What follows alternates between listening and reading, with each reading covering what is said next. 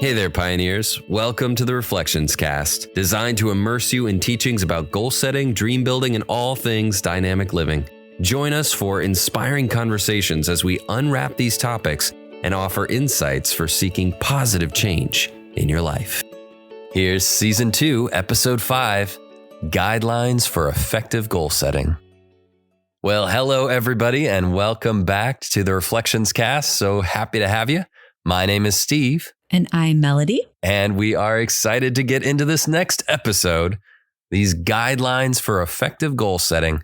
I told you in the last episode that he was going to be getting into some of these framework concepts for really dialing in this final chapter of goal setting. So get ready for an awesome time with Skip. But before we get into that, yet again, just want to remind y'all, we love your feedback. So if you have any feedback for us, you can head on over to our Spotify page. You could leave a comment. You can leave us a voicemail.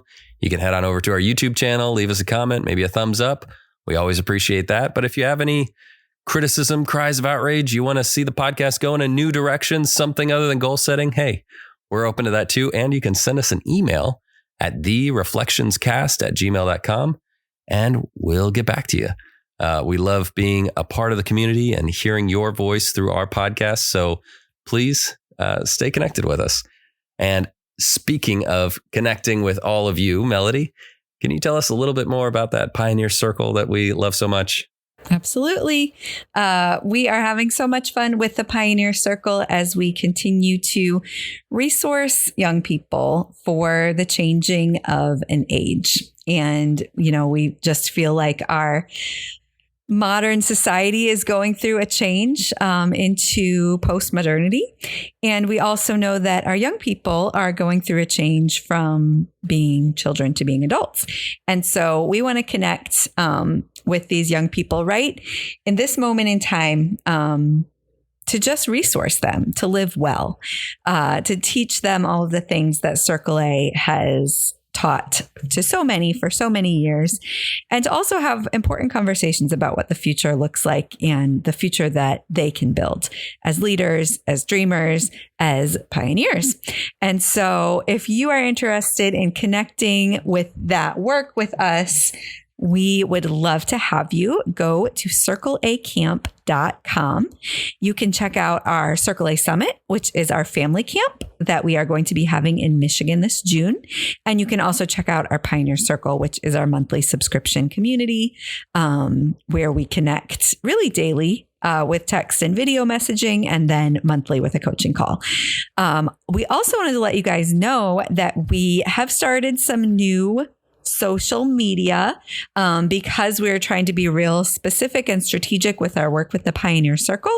We have some new Pioneer Circle social media for you to follow. So if you go to Instagram or Facebook, you can look for Pioneer Circle and follow us there.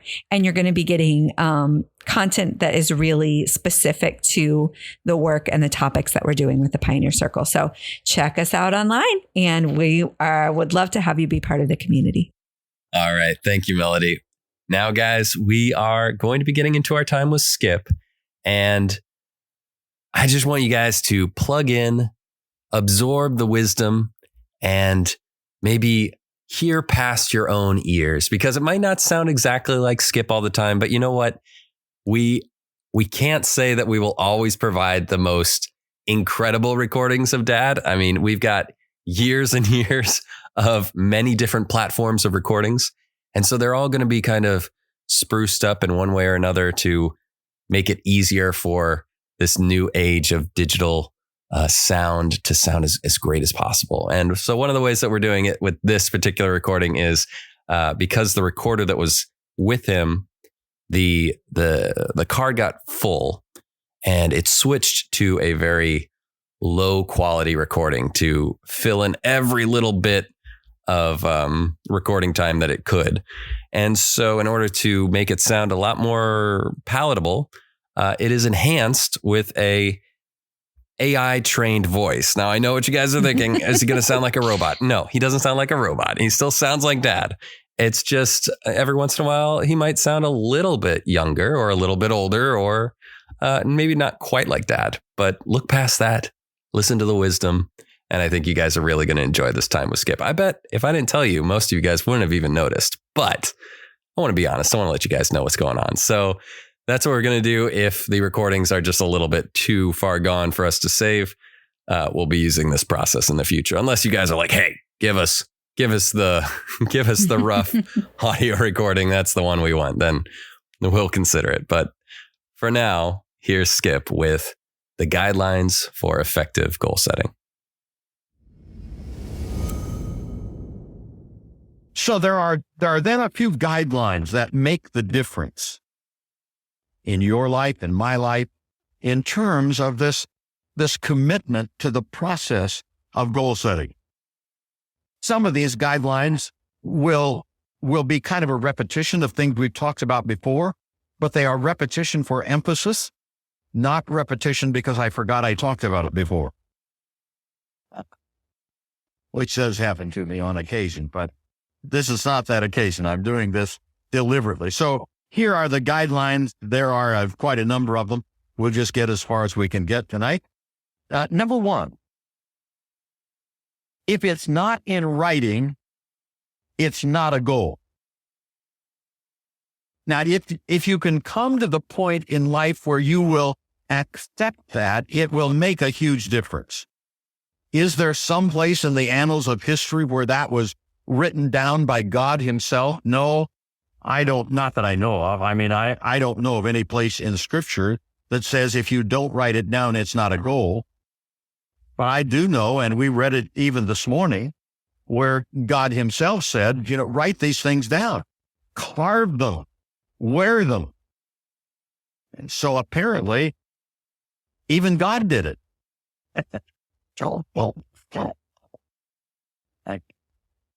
Every time I think of the Ten Commandments, I think of the film that Cecil B. DeMille did, and that fire coming down and carving out on that stage. Some of you never saw the film, but it's a great film and fairly accurate. Anyhow, if God wrote it down, then there must be something to the process of writing things down. If it's not in writing, it's not a goal. An unwritten want is a wish. It's a hope for. It's a wouldn't it be nice if. A never happening event. If it's in writing, it's a commitment. So if you and I can begin to have that as the understanding, if it's in writing, it's a commitment. If it's not a goal. So when somebody says, what's your goal? And you don't have it written down, you're going to have to say, if you're honest with yourself, I don't have any goals. Which I don't believe that. It's okay with me. I'm just here to teach. And if you agree with me, that's great. If you take advantage of this, that's great. If you think you can do it a different way, that's great. I just know that there are things that work in goal setting and there are things that don't work.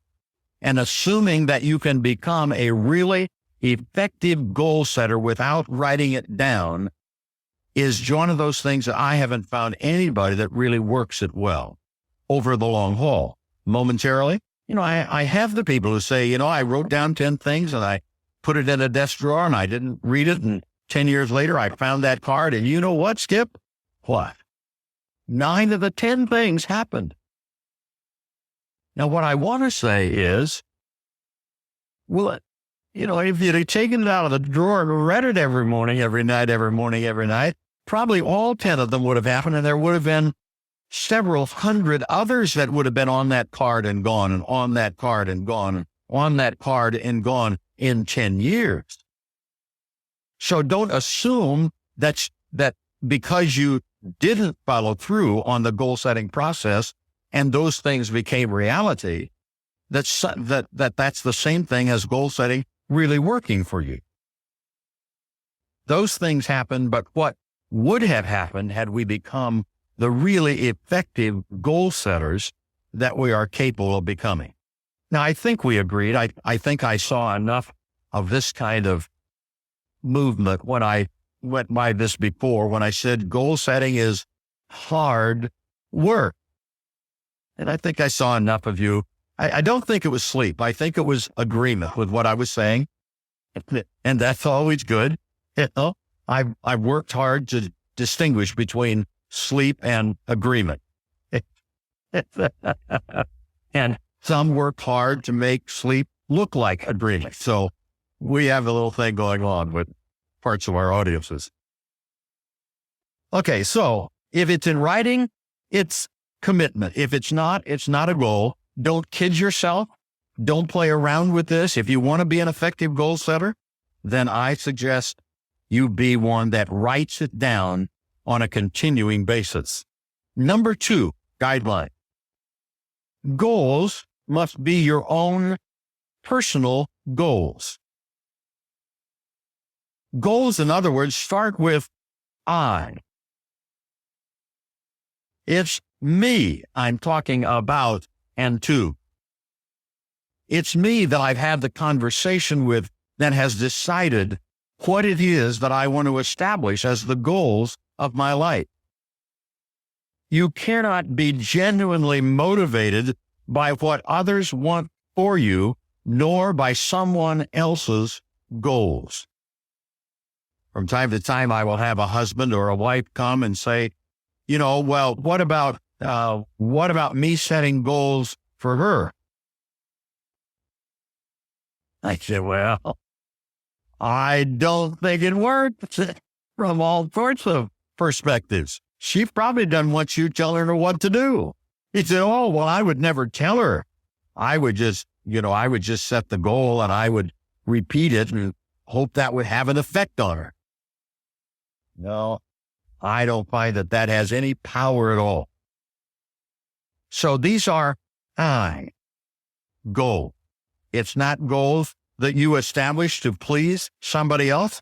No, what I discover in my own experience of goal setting is that when I get focused on goals that are meaningful to me, and I establish the goals that I want in my life, there are a lot of people around me who are positively affected by that, and they do appreciate and see and agree with many of the goals that I establish.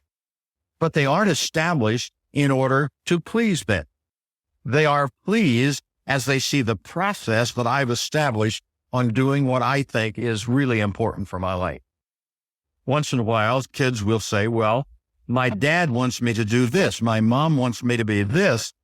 Am I supposed to listen to my mom and dad? Well, that's a trick question. You all know that, right? They're trying to get me to tell them that they don't have to listen to their mom and dad. So I always am very clear about listening to your mom and your dad and getting as much input from them as you can. I select scriptures in the morning from Proverbs and from Psalms that deal with honoring father and mother, and get the advice of your father and mother and do what your father and mother say. I mean, I give them as much input on that as I possibly can while they're here, but I also tell them this: you are the one that will live your life. And after you have received all of that input and all of that counsel and all of the wisdom of the people who will be a part of your life, including, most importantly, the parents who are a part of your life, you're going to have to make the decision. And you are best sure if you make that decision on the basis of what do you really want. Remember, that was one of the steps of the process that we talked about. What do you really want? What's burning desire? What is, whatever it takes, I'll do it. What is that to you? If your dad wants you to be a dentist and you don't want to be a dentist, will you really dig around in people's mouths all day long just because your dad wants you to? Now, my dad was a minister, and he did everything he could to talk me out of being a minister. He said, you don't want to be a minister. He said, you could be a doctor. You could be an attorney. You can be anything you want to be. You don't want to be a minister. And I ended up being a minister. because that's what I felt I was to do. And I was very comfortable with it. Though it has taken some alternate reach in getting there, and many things have changed over the course of the years, I still find that this is a ministry. I still find that much of what I do in the business world is ministry. And the counsel and the coaching and the mentoring that I do with people outside of how do we build the business, a lot of that is ministry type of coaching, and I prepared for it. That's what I prepared for. So you decide what you want. Your goals must harmonize with the ultimate purpose of your life. Here's the danger for a lot of people. They think in terms of, oh, this is what I want to do with my life, but the intermediate goals they set are in conflict with that. They don't do anything that prepares them for this. And so whereas they may get momentary satisfaction, it doesn't contribute to momentum and continuity and congruence in accomplishing that ultimate purpose of life. They need to harmonize. Now, there is something to be said about harmonizing goals and purposes between couples. And that's another subject. That's another subject for another volunteer week, perhaps, of doing a whole dynamic living in marriage seminar, but not for tonight. So I will just leave it there, and everyone says thank you. Set priorities that will eliminate conflict whenever you detect that there is conflict. In other words, you have an ultimate goal for your life. You've set an intermediate goal, and you perceive that the working toward that intermediate goal is in conflict with this. Then change the intermediate. It's okay.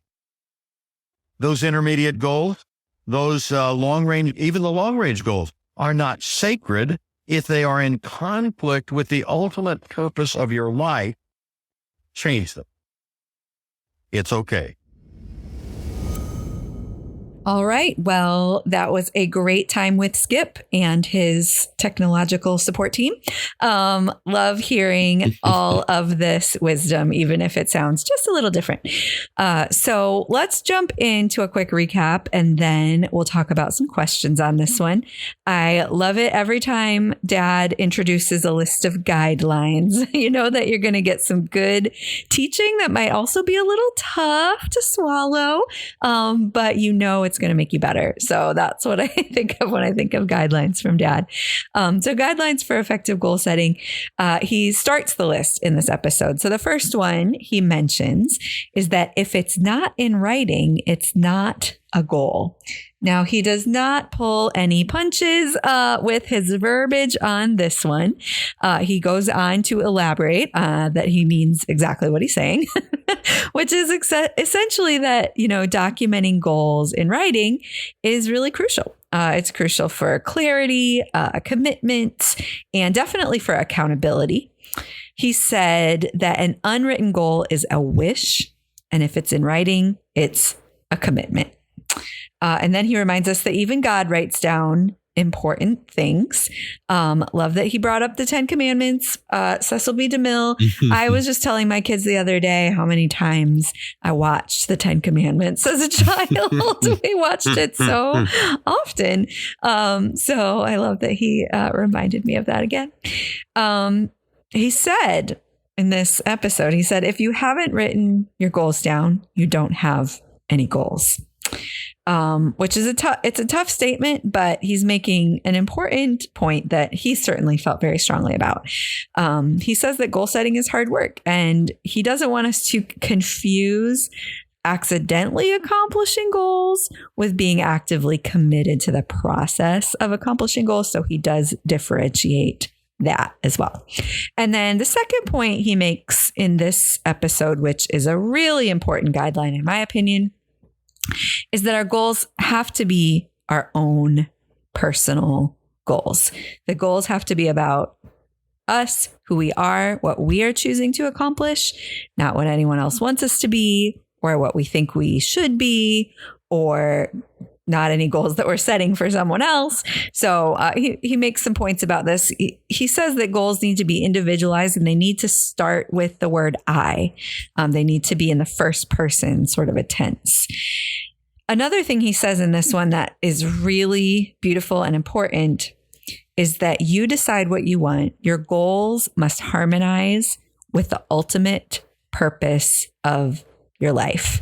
And I know he's started this whole thing with that conversation and returns to it again and again, because really it is the essential piece to kind of take from this, in my opinion. So I'm so glad that he continues to return to it. He reminds us we can't make goals for others and other people can't make goals for us. We have to have truly a burning desire in our own minds and hearts in order to actively commit to pursuing, big accomplishments in our lives. And he reminds us that it's ineffective to pursue goals just to please others. He reminds us that when we establish the goals we want in our lives, others will be pleased to observe us going after what has significance to us. And I think that's true. I've experienced that to be true. He says to take advice from those we respect, but make goals on our personal burning desires. And then he also says that if we set intermediate goals that conflict with our ultimate purpose in life, we might get momentary satisfaction if we accomplish those goals, but it doesn't contribute to the momentum and continuity and congruence in accomplishing our ultimate purpose in life, which is really, really important, especially as we get older and we can see, the years we have left in a way that maybe we couldn't when we were kids, to really kind of focus on that ultimate purpose. So he tells us to set priorities that will eliminate conflict whenever you detect that there is a conflict with that ultimate purpose. So I couldn't agree with that more. And I'm so glad that he reminds us of that in this episode. So what did you think of it, Stephen? Yeah, I love this. I love where this is going. And some of the verbiage that I appreciate is when he, like you said, when he said that you decide what you want, your goals must harmonize with the ultimate purpose of your life. I think one thing that Dad was always inclined to do was bring it back to some sort of melodic verbiage. And so to use the word like harmonize with that ultimate purpose, I think it's a very pretty but accurate word to describe that relationship, that your goals need to have that correct guidance for what it is that you're trying to accomplish, why you're trying to accomplish it, and what it ultimately means. And yeah, I think this is a great start. He's got many, many more to come, but I love that this is a great starting point. And I hope that everyone was able to listen to this new version of Skip because he's probably going to be with us for quite a few episodes because this recording gets a little long. But I do have some questions about it if you're available for some questions, Melody. Absolutely. That's why I'm here. Okay. All right. So then moving to question number 1, I wanted to go back to this idea of these momentary satisfactions of these goals that don't actually align with our ultimate goal. Why don't these sorts of accomplishments add to our momentum towards achieving other goals? Why is it that even if we get to this triumph of like a high level on a video game, but that doesn't really align with anything to do with our ultimate goal, why is that a bad thing for us, I guess is the question. Yeah. Why don't these goals help us out? Yeah, I think that's a good question because it's a really good point to notice in what he's talking about in this episode. I think we can certainly feel momentary satisfaction in, like you're saying, a video game, or even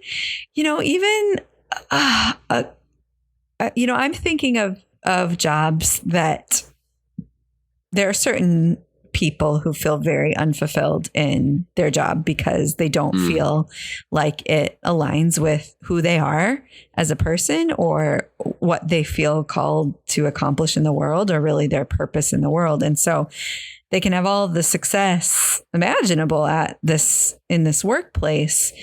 But if, it's leaving them feeling empty at the end of the day, if they're waking up in the morning and feeling like this day is not being invested in my purpose in the world, it just becomes less and less satisfying to, even if they're, doing an awesome job at their work and they're making all their goals and exceeding expectations.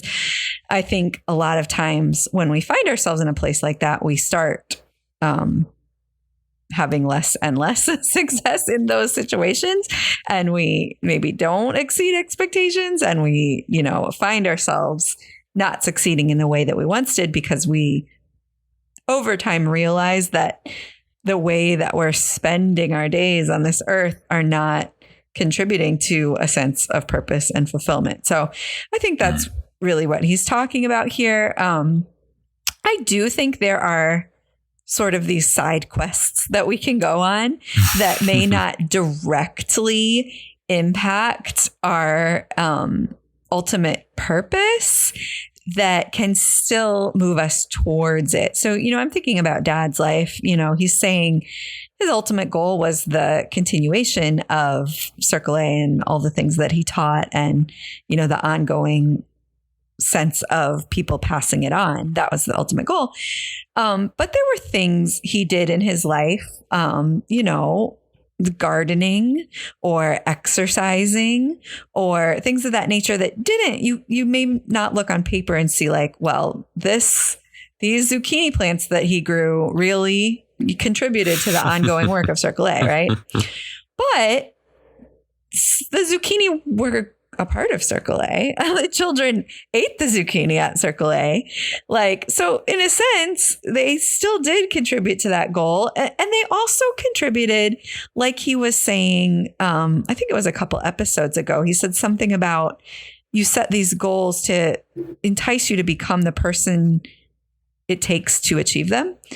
And so in the achievement of some of these side quests, we still can become more of ourselves. So I think there are other goals that we can accomplish that don't directly on paper align with the ultimate purpose, that still move us toward that ultimate purpose. And I think in those sorts of things, we can find a lot of satisfaction. But I think it's the things where we realize my investment in this is taking away from my investment in what I really feel is my purpose in the world. And that it really does stall out the momentum at the least, and, maybe really cause us to feel some depression and struggle at the worst. So that's my thoughts on that. Awesome. Well, thank you for that. I think that was a great response. All right. So then with number 2, I wanted to go back to this idea of not being able to make goals for others, to make them as personalized as possible. And it got me thinking, well, but what about instances where you might have a goal that includes others? What if you have goals for your family, things like that? Maybe goals for your business that would include others in it. Is that still falling under the realm of, well, it's specific, so it still works? Or is it because you're including others in that for the accomplishing of that goal, does that then make it not personal enough to make it on the list? Yeah, no, good question. So, yes, I think absolutely we can include others in our goals. I think there are a couple ways to do it. One of the ways is to set a personal goal that benefits others. So, for example, one of my goals is that our family goes on one adventure per month.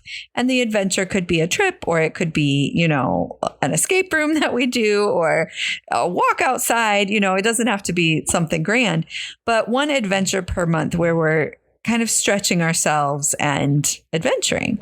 And so that benefits my whole family, but it's something that I take the initiative to plan, provide for, and execute.